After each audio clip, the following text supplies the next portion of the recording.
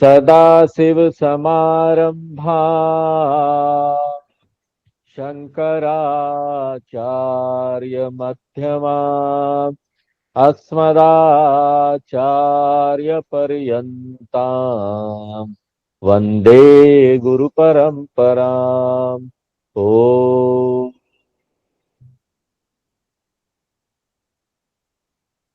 रामचरितमानस में हम लोग अयोध्या कांड में हैं इस समय। 189 नंबर दोहा।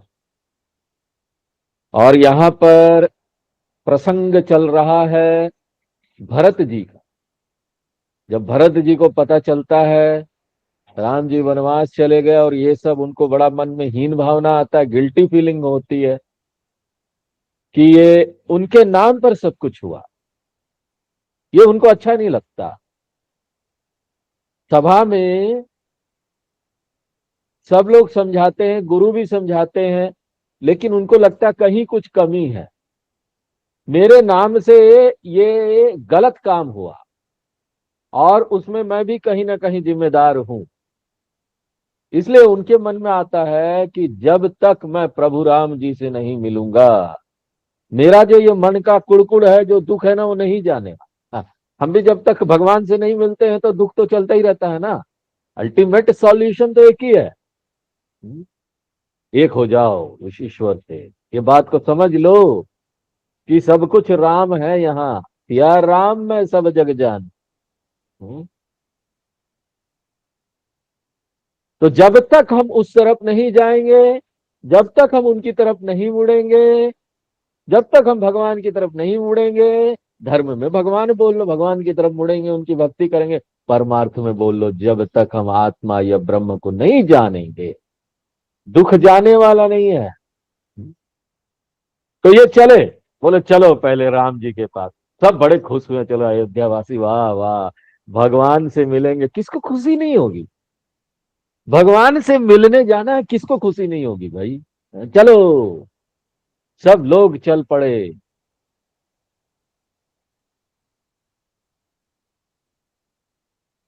और सोचो कि भरत जी ने इतना भी इंतजाम कर लिया कि वहीं पर जाकर ना राज्याभिषेक कर देंगे राम जी का। इसलिए सब हाथी घोड़ा सैनिक सब लेके चले। अब जब ये लोग सब पूरी जत्था चल रही है, रात में गोमती नदी के किनारे वास। गोमती नदी, हाँ, लखनऊ में बहती है, बहुत पवित्र है। ऋषि कन्या, हम लोग बोलते हैं माँ गोमती, ऋषि कन्या। बहुत गंदगी हो गई थी, बहुत खराब हो गया था, लेकिन अब जो सरकार आई है, उनके मन में हमारी परंपरा के प्रति, हमारे धर्म के प्रति श्रद्धा। और इसी श्रद्धा के कारण वो गोमती नदी को फिर से पुनर्वास उनका कर रहे हैं। साफ सफाई, सौंदर्यीकरण, उसके दोनों तरफ गोमती के किनारे किनारे सौंदर्यीकरण हो रहा है। रोड बन रही है, बाग बन रहे हैं, पेड़ पौधे लग रहे हैं, साफ सफाई हो रही है। माँ है ना, ऋषि कन्या, कितने कितना पवित्र है। इनके सामने अगर राम जी का चरण पड़ा इसके किनारे पर, तो वो गोमती कितनी पवित्र होगी, आप सोच सकते हैं। तो उस गोमती नदी के किनारे वास करके जब वो लोग प्रातः काल आगे चले, तो कहां पहुंचे? श्रृंगवेरपुर के समीप जा पहुंचे। इलाहाबाद के पास है श्रृंगवेरपुर। निषाद राज, कितना सुंदर ये पूरा एरिया है, पूरा सर्किट। पहले जो लोग आते थे, दिल्ली में बाहर के लोग आते थे, तो सब लोग उनको कहाँ ले जाते थे? चलो ताजमहल, ताजमहल चलो, हमारा सबसे सुंदर चीज यही है। अरे क्या सुंदर चीज है, उसमें तो मरने मारने की बू आती है, लाशों की। ज्यादा हम नहीं बोलेंगे क्योंकि विश्व का धरोहर है वो, एक। लेकिन आप सोचिए कि उसके पीछे का इतिहास क्या है, क्या धर्म है उसमें, क्या प्रतीक है वो। हाँ? कोई चीज खाली बाहर से बड़ा हो जाने से हो जाता है क्या? बाहर से बहुत बड़ा बना दिया, बहुत सफेद बना दिया, संगमरमर पत्थर, उसके पीछे उसको करने में क्या धर्म था, क्या सीख मिलती है वहां जाकर। अब यहां पर ये सर्किट डेवलप हो रहा है, तमसा नदी पुनर्वास हो रहा है, जहां जहां राम जी गए वो सर्किट डेवलप किया जा रहा है।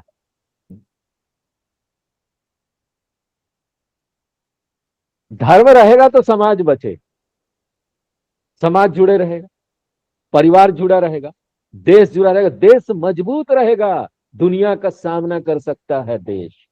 कोई भी हो, ट्रंप हो, टैरिफ लगाएंगे, लगाइए। हम धर्म से स्ट्रांग होते हैं। लोग बोलते रहे क्या ये धर्म उर्म कर रहे हो, हाँ? लोगों को रोजगार दो, खाना पीना दो, हाँ? ये सारी चीजें दो, धर्म तो बाद में आता है। नहीं, धर्म पहले आता है। अगर धर्म ना हो तो इतना दुख होगा ना, खाना भी नहीं पचेगा। खाना भी नहीं पचने वाला है, रोजगार भी अच्छा नहीं लगेगा, क्योंकि सब भ्रष्टाचार में चल रहा होगा, सब कुछ बर्बाद हो चुका है। सुख कहां रहेगा, सुख नहीं रहेगा। हम क्यों अपने शरीर को मेंटेन करते हैं, रोटी कपड़ा मकान लेकर, सुख प्राप्त हो इस शरीर से। और जब वो मिलके भी सुख प्राप्त नहीं होगा तो क्या फायदा उस रोजगार का, क्या फायदा। इसलिए धर्म महत्वपूर्ण है, धर्म के लिए लोग जान भी दे देते हैं। अरे, जब अंग्रेजों का राज्य था और यहां पर आजादी की लड़ाई लड़ने वाले सैनिक थे, तो क्या प्रेरणा उसके मन में आती थी कि वो लड़ पड़ते थे अंग्रेजों से, अपनी जान दे देते थे। वो भी सोच सकते थे रोजगार मिल जाए, खाना मिल जाए, अंग्रेज है तो क्या हुआ, अंग्रेजों को रूल करने दो। क्या फर्क पड़ता, अच्छा ही तो कर रहे थे, हाँ? रोड बना रहे थे, रेल बना रहे थे, हाँ? दुखी थे फिर भी ना, सब कुछ मिलने के बाद भी दुखी थे। आजादी के ये सैनिक जान देने को तैयार। उसी प्रकार धर्म है, धर्म के बिना सुख नहीं है। सिर्फ रोटी कपड़ा मकान रोजगार ये सब कुछ नहीं है, सबसे ज्यादा धर्म महत्वपूर्ण है। धर्म की रक्षा करेंगे, रोटी कपड़ा मिल जाएगा, चिंता नहीं, रोजगार भी मिलेगा। बहुत रोजगार मिलेगा, कोई बेरोजगार नहीं रहे। इसलिए ये जो लोग सब बहुत बहस करते हैं ना टीवी में आकर, यहाँ पर समाज में आपस में बहस करते हैं, परिवार में, ये क्या कर रहे हैं, कुछ देते नहीं है, धर्म को ही खाली नाम लेते हैं, मंदिर बना रहे हैं राम का। अरे, जब धर्म था तो रोजगार की कोई तकलीफ ही नहीं थी इस देश में। सब अगर धर्म से चलेंगे, आज भी तो कमी नहीं है। जिसके पास है बहुत भरा जा रहा है, बांटता ही नहीं, धर्म नहीं है उसके मन में, तो बांटेगा क्यों।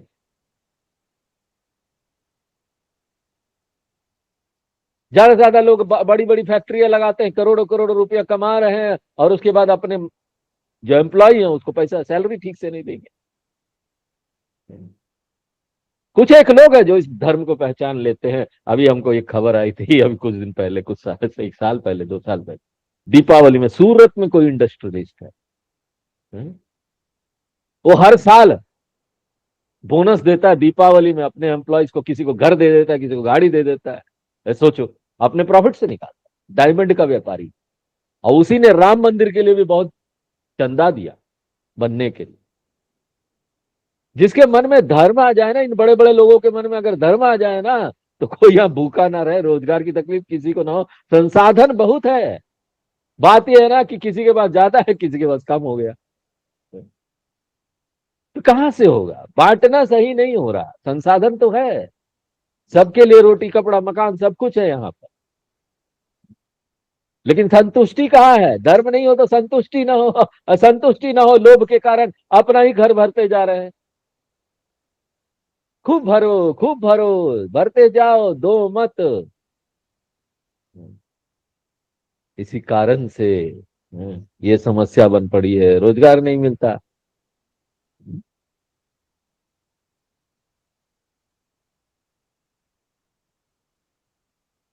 आ गए, ये लोग श्रृंगवेरपुर के करीब आ गए। और श्रृंगवेरपुर में कौन थे? निषाद राज। निषाद राज जो जनजाति के लोग हैं, ट्राइबल, भगवान के बड़े भक्त थे निषाद राज। कितनी सहायता की थी भगवान राम की। इन दोनों की दोस्ती एग्जाम्पल है, मित्रता का एग्जाम्पल लेना है। हमको इस संसार में बच्चों को बताना है, उनके मन में संस्कार डालना है, तो मित्रता का एग्जाम्पल ये लेना चाहिए। कितने अच्छे फ्रेंड थे दोनों, कितना भक्ति था निषाद राज को भगवान के प्रति।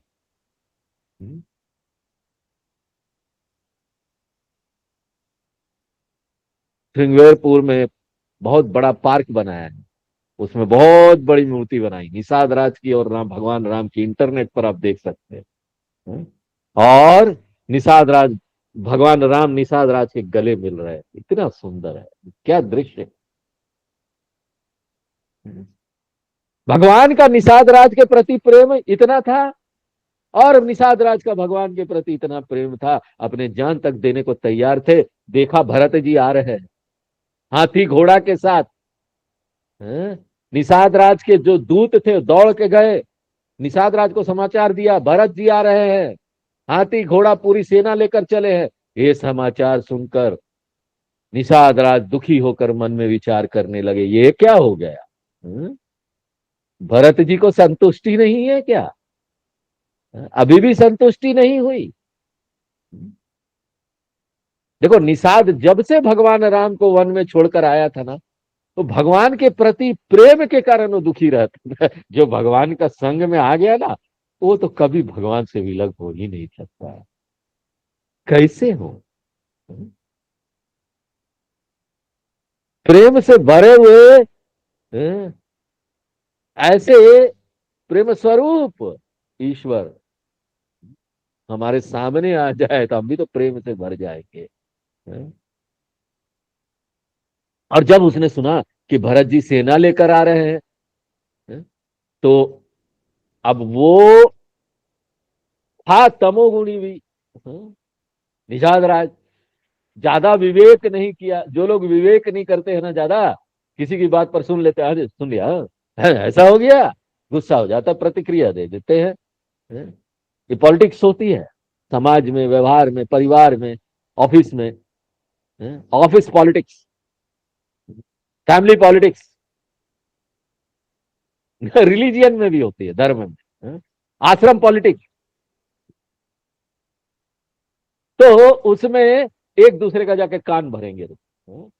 बहुत सारे ब्रह्मचारी रह रहे हैं, छोटा ब्रह्मचारी जाकर बड़े स्वामी जी को कंप्लेन कर दिया इसके अगेंस्ट। बड़े स्वामी जी ने कोई खोज खबर नहीं ली और बिना उसके एक्शन ले लिया। यही बात ऑफिस में भी होती, यही बात परिवार में भी होती, समाज में भी होती। कोई भी बात को तुरंत कान, हम लोग बोलते थे ऑफिस में, कान के कच्चे हैं ये साहब, जो है ना कान के कच्चे हैं। मतलब क्या? मतलब कोई भी जाकर उनको कुछ बोल देता ना, तो वो मान लेता, हाँ ये, फिर एक्शन ले लेते थे दूसरों के खिलाफ। प्रमोशन नहीं देंगे, क्यों? इसने हमको पता भी नहीं करने का कोशिश किया कि सच में बोला था कि नहीं।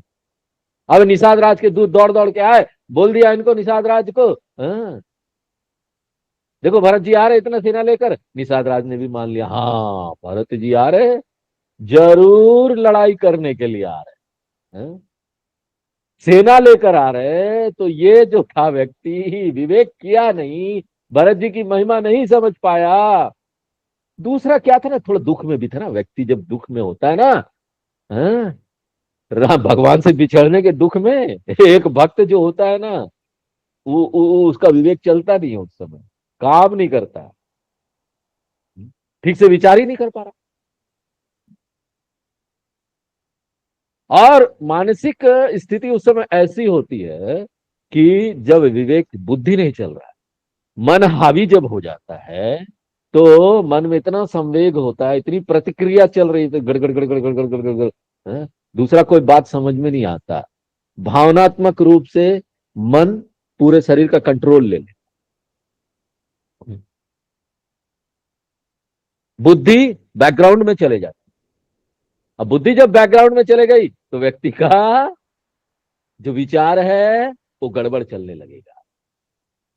वो क्या करता है, बहुत कुछ सोच साच के ब्रूडिंग करना बोलते हैं ना, एक ही चीज पर बार बार सोचते रहो, मन लगा, ये होगा वो होगा ये होगा वो होगा, ऐसा हुआ था वैसा हुआ था। ये लड़ने के लिए आ रहे हैं भरत जी। और पहले से ये जो निषाद राज थे उनके मन में ये बात तो थी ही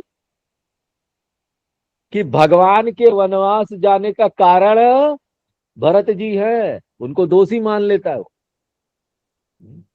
वो कहता है कारण कवन भरत बन जाही। क्या कारण है जो भरत वन को जा रहे हैं?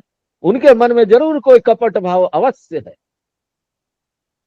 और अनुमान लगाने से कुछ ना कुछ संकेत मिल जाएगा और वो काम करने लगता है। व्यवहार में ऐसा होता है, हम अनुमान लगाते हैं, कोई कोई ना कोई संकेत मिल जाता, हाँ, ऐसा हुआ होगा ऐसा होगा। हाँ? और उसके कारण से क्या होता है, हमारी भावना में उसका प्रभाव पड़ता है। निषाद राज भी अपने अपना जितना उसका मानसिक सामर्थ्य था उसके अनुसार अनुमान लगाता है।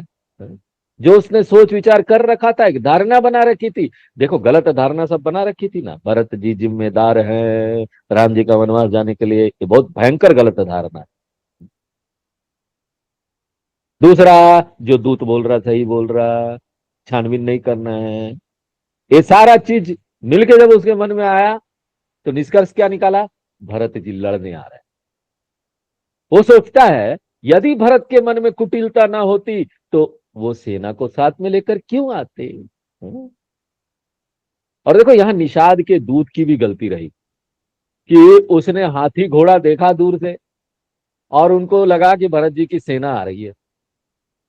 इसी प्रकार संसार में भी हम देखते हैं कि प्राय व्यक्ति गलत सूचना के आधार पर विचार करता है तो उसके निर्णय गलत हो जाते। जो सूचना आ रहा है छानबीन करो, डेटा अगर प्रॉपर नहीं होगी, इनपुट डेटा, इसलिए बड़ी बड़ी कंपनियां रिसर्च करती है ना, इनपुट डेटा लेती है तो उसको कई बार चेक करती है। इनपुट जो हम डाल रहे हैं, कंप्यूटर में भी जो आप इनपुट डालो तो आउटपुट आता है। ये माइंड कंप्यूटर है, इसमें क्या इनपुट डाल रहे हो, क्वालिटी ऑफ आउटपुट वैसे ही होगा। इनपुट क्या डालोगे, क्वालिटी ऑफ आउटपुट वैसे ही। इनपुट गलत हुआ, क्वालिटी ऑफ आउटपुट गलत हुआ। इलेक्शन के टाइम में भी सर्वे करते हैं और रिजल्ट निकालते हैं वो लोग, उस समय भी वो जो डेटा लेते हैं बड़ा छानबीन होता है उसका, बहुत मेहनत का काम है वो। अच्छा से डेटा का पूरा छानबीन होता है, तब जाकर सही निष्कर्ष उसमें से निकलता है।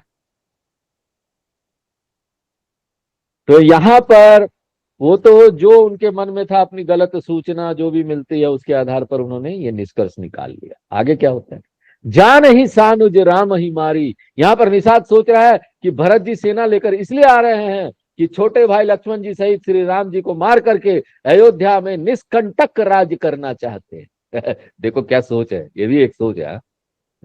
भरत जी इसलिए आ रहे हैं कि राम जी को मारेंगे, और लक्ष्मण जी को मारेंगे, और उनको अपोज करने वाला कोई नहीं रह जाएगा 14 वर्ष बाद भी।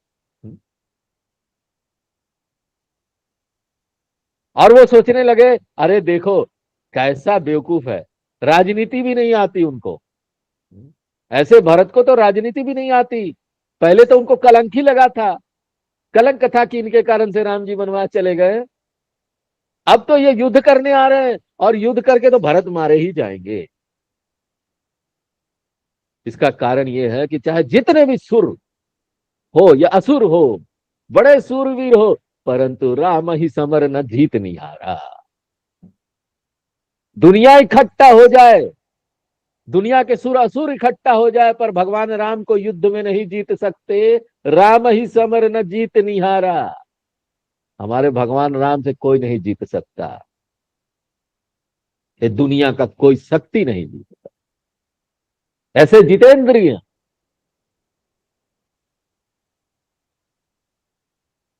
तब दुनिया तो उनके अधीन है, तो कौन जीतेगा? जीतने की कोशिश भी बेकार है। हैं? भगवान राम कौन है? बार बार याद दिलाते तुलसीदास जी। व्यवहार करते समय परमार्थ से नहीं भटकना चाहिए। हम व्यवहार करते रहते, धर्म धर्म, दुखी दुखी होते हैं। धर्म ने, हम धर्म नहीं कर पाए, हम बड़े दुखी हो गए। हाँ? हीन भावना आती है मन में ना। उस समय परमार्थ ही याद रखना चाहिए। सर्वधर्मान परित्यज्य मामेकम शरणम ब्रज। परब्रह्म परमात्मा की शरण में। राम कौन है? परब्रह्म परमात्मा। सब देवता और असुरों को शक्ति कहां से प्राप्त होती है? उसी परमात्मा से। शक्तिमान एकमात्र एक ही है और कोई नहीं। सारा शक्ति, द टोटल पावर परमात्मा में ही है। इसलिए संसार भर के जुझारू वीर सुरासुर भी भगवान राम को युद्ध में पराजित नहीं कर सकते। पराजित तो उसको किया जा सकता है जो मिथ्या है। जो सत्य है उसको पराजित कभी नहीं कर सकते, वो ऐसे ही रहता है। ये वेदांत की गुड़ बात हो गई है? का अचरजु भरतु अस कहीं। निषाद कहता है, यदि भरत में ऐसी दुर्बुद्धि आ गई है कि वो भगवान राम से युद्ध करते हैं, तो कोई आश्चर्य की बात नहीं है, क्योंकि ना जैसा माँ बाप होगा वैसी बेटा तो होगा। अरे माँ ही ऐसी है तो बेटा, माँ विष है, विष की बेल में कोई अमृत का फल थोड़ी ना लगेगा।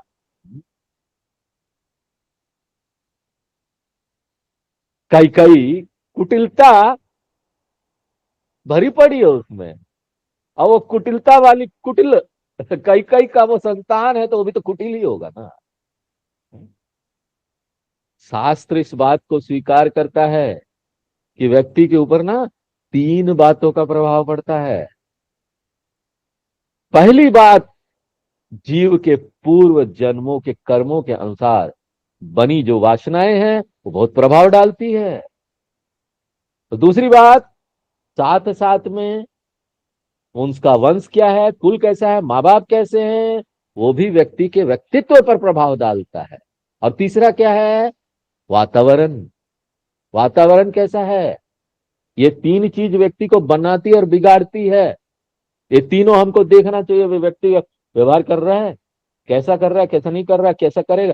तो इसलिए अगर ये तीन चीज का हम अच्छी प्रकार से छानबीन करें, हम्म, शास्त्र हमको व्यवहार की भी बहुत बातें बताते हैं, और रामचरितमानस में तो बहुत। माँ बाप अपने बच्चों के लिए, शादी के लिए लड़के लड़की देखना है, एम्प्लॉय करना है एम्प्लॉयर को, नौकरी पर किसी को रखना है, ये तीन बातों का खोजबीन कर लेना चाहिए। और तीन बातें किससे पता चलती है? आजकल ज्योतिष शास्त्र को कोई मानते नहीं, लेकिन अगर व्यवहार में आप ये ठीक रखना चाहते हैं ना, तो तीन बात क्या है? पहला बात है कि कर्मों का पता चले।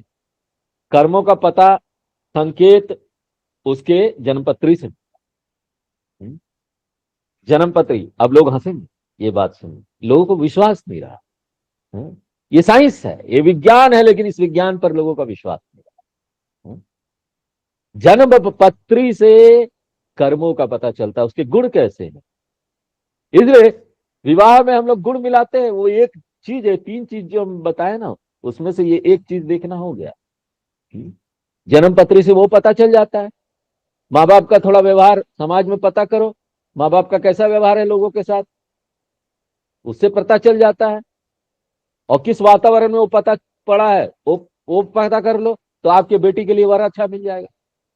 ये तीन चीज का पता करोगे तो। लोग जन्म पत्री को तो हंसते थे, टाल देते हैं, है पंडित जी क्या जन्म पत्री मिलाना जरूरी है? किसी को एम्प्लॉय कर रहे हो ना, तो ये भी देख कर सकते हैं कि कैसा उसका जन्म पत्री है, कैसे उसके कर्म है, किस वातावरण में पला बढ़ा है। इंटरव्यू में पूछ सकते हैं, कहां से आए हो, माँ बाप कौन है, माँ पिताजी क्या करते हैं, पिताजी का कोई माँ बाप का अपना कोई अचीवमेंट बताओ, धर्म में विश्वास है क्या। ये सारी चीज पूछ कर हम समझ सकते हैं व्यक्ति का बैकग्राउंड क्या है, कैसा होगा वो, या ठीक से काम कर पाएगा कि नहीं, मेरी लड़की के लिए सही वर होगा कि नहीं होगा।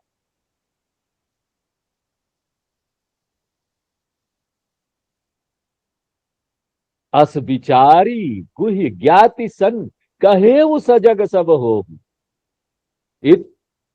अभी तक तो देखो हम लोग क्या करते आए हैं कि लॉजिकली और साइंटिफिकली ये तीन चीज का विश्लेषण एक व्यक्ति के बारे में बहुत कुछ बता देता है। अभी तक हम लोग अपने पीढ़ी दर पीढ़ी जो सीखता है उसके हिसाब से करते आए, लेकिन जब शास्त्र पढ़ते हैं ना हम इसको साइंटिफिकली देखें और साइंटिफिकली प्रॉपरली इसको व्यवस्थित रूप से हम करें, तो इतनी देर में निषाद ने यह निश्चय भी कर लिया कि हम भरत को यहां से आगे बढ़ने नहीं देंगे। बहुत भावनात्मक व्यक्ति था निषाद राज, भावना प्रधान व्यक्ति। भावना प्रधान व्यक्ति लोग भावना में बह जाते हैं, वो बुद्धि लगा नहीं पाते बेचारा। ये ट्राइबल लोग होते हैं ना, बड़े प्रेमी होते हैं वो लोग, आपसे प्यार करेंगे ना, जान भी दे देंगे आपके लिए, फिर वो सोचते नहीं है।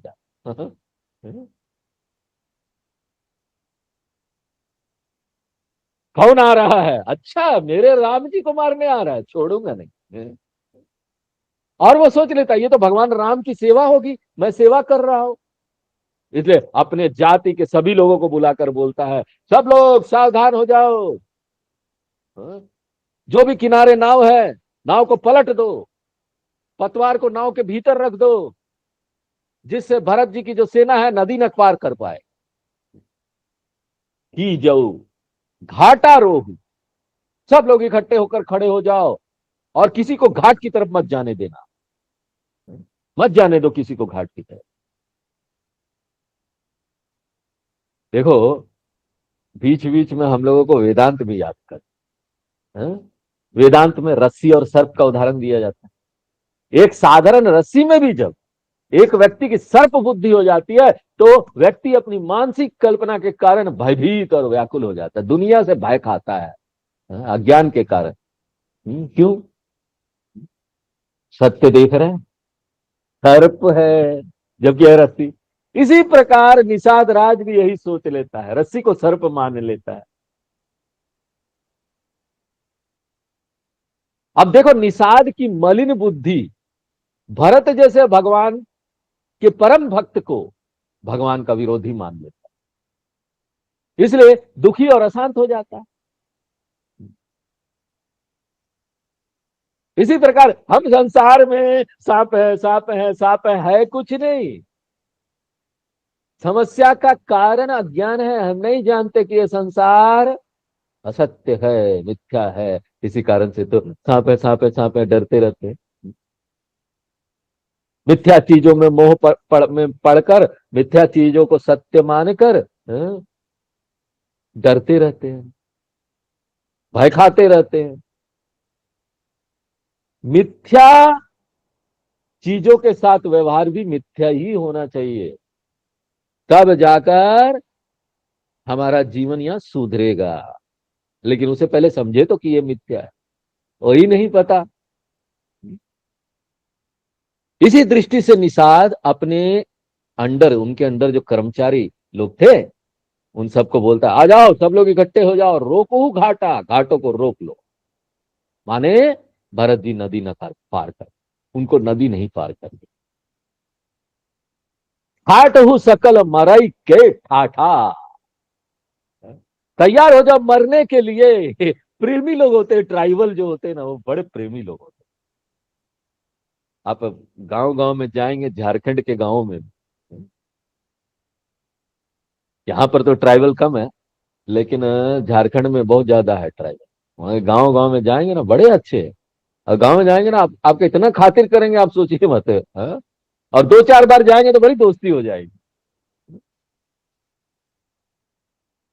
तो दिल के वैसे बहुत अच्छे होते हैं।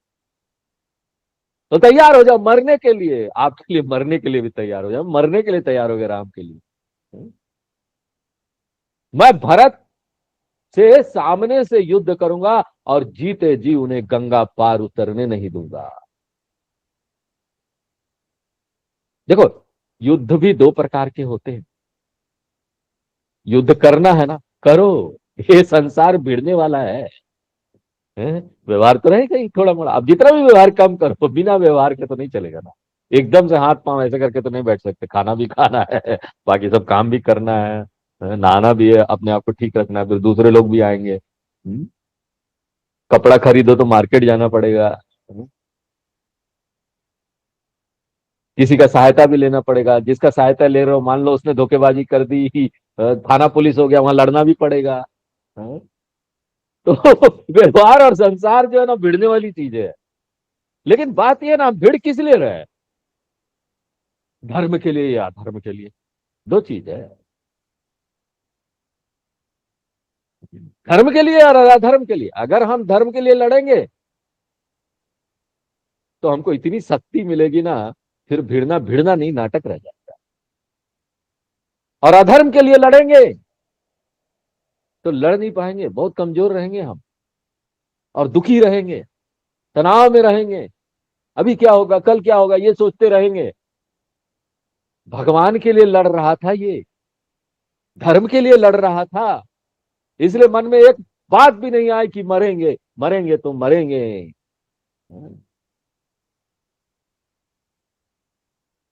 स्वधर्मे निधनम श्रेय स परधर्मो भयावह। गीता में भगवान बोल देते हैं, दूसरे का धर्म लेकर जियोगे, हैं, तो वो तो बहुत भयानक होगा, जीवन कठोर कठिन हो जाएगा। दूसरे का धर्म यानी अधर्म। और अपने धर्म में रहकर अगर तुम यहाँ काम करते हो, हम्म, तो उसमें अगर मृत्यु भी हो जाए ना तो वो श्रेष्ठ है। हम मरने को तैयार, ऐसी शक्ति मिलती है हमसे कि मरना भी तुच्छ हो जाता है, जाने दो। हम आपको उदाहरण दे रहे थे, अंग्रेजों के समय जो ये स्वतंत्रता के जो सेनानी लोग थे, लड़ते थे, कैसे लड़ते थे, मरने के लिए सामने तैयार हो जाते थे, गोली मारो। ये सब सिद्धांत थी मन में। देश बड़ा है, देश बड़ा है, हम देश के लिए मरने के लिए भी तैयार है। यही बात अभी जो सैनिक लोग, आर्मी लोग, ऑपरेशन सिंदूर, सब मरने के लिए तैयार थे ना बॉर्डर पर। कैसे, क्या था, क्या विचार मन में आया? विचार आपको कितना बड़ा कर देता है, देखिए।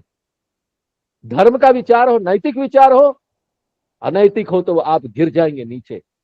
कितना भी शक्ति हो बाहर से, आपके पास पैसे हो, प्रॉपर्टी हो, लोग हो, लेकिन आप लड़ नहीं पाए। और अगर नैतिक और धर्म का विचार है ना, अकेले भी है ना, तो कई लोगों को संभाल ले। धोखा नहीं है यहाँ, ये तो धर्म युद्ध है। हम मर जाएंगे। उनको पता था भरत जी से तो लड़ नहीं पाएंगे, लड़ेंगे भी तो मरेंगे, इसलिए मरने के लिए तैयार हो जाओ। ऐसा कोई सोचो युद्ध करता है क्या? सामने वाला इतना इतना बड़ा सेना लेकर आ रहा है, और ये ठहरा ट्राइबल व्यक्ति, कितने लोग होंगे, फिर भी लड़ेगा भगवान। उसी प्रकार से स्वतंत्रता सेनानी लोग अकेले होते थे, अंग्रेज इतने होते थे, लड़ पड़ते थे, भिड़ पड़ते थे, मर जाएंगे कोई बात। धर्म युद्ध में निधनम श्रेय, अगर मर भी जाए तो वो श्रेष्ठ है, स्वर्ग की प्राप्ति होगी। कृष्ण भगवान बोलते हैं अर्जुन को, अर्जुन ये धर्म युद्ध है, लड़ो मारो, तुम ये मत सोचो कि अपने संबंधियों को मार रहे हो, ये लोग तो भ्रष्ट लोग हैं, महापातक लोग हैं, कितने अधर्म कर चुके हैं, मारो इनको। हैं? मारोगे तो तुमको स्वर्ग मिलेगा, अच्छा जीवन मिलेगा, और इस संसार में भी लोग तुम्हारा वाहवाही करेंगे कि अर्जुन ने एक अधर्मी व्यक्ति को मार दिया, अपना रिश्तेदार है तो क्या हुआ। और मरने के बाद भी, क्योंकि तुमने सही काम किया, मरने के बाद भी तुमको स्वर्ग की प्राप्ति होगी, धर्म करोगे तो। ये लोग भी सुधर गया, वो लोग भी सुधर जाएगा। तो ये धर्म युद्ध था। निषाद के लिए धर्म युद्ध था। पीठ में छुरा भोंकना, धोखे से किसी को हानि पहुंचाना, पीठ पीछे किसी की निंदा करना, ये सब अपराध महापतित व्यक्ति के लक्षण हैं और ये अधर्म के कार्य है। इसलिए जीवन के आदरणीय मूल्यों को जानना चाहिए, उसका पालन करना चाहिए। नैतिकता बहुत बड़ी चीज। तो तुलसीदास जी यहां पर निषाद के शब्दों में धर्म की शिक्षा दे रहे हैं कि व्यक्ति का मरण कैसा होना चाहिए। अगर मरना ही है तो कैसे मरो, how to die. Die by following dharma, धर्मो रक्षति रक्षितः। धर्म की रक्षा करो, वो आपको रक्षा कर, आपकी रक्षा करेंगे, आपको खाना पीना रोजगार सब देंगे, आपका शरीर चलता रहे। यही सत्य है, शास्त्र यही बोल। चलिए आज यही विराम देते हैं, आगे। ओम पूर्णमदः पूर्णमिदं पूर्णात् पूर्णमुदच्यते पूर्णस्य पूर्णमादाय पूर्णमेवावशिष्यते। ओम शांति। शांति शांति शांति।